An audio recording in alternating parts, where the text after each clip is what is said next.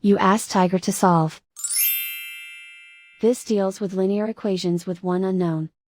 The final result is n equals 10 over 3.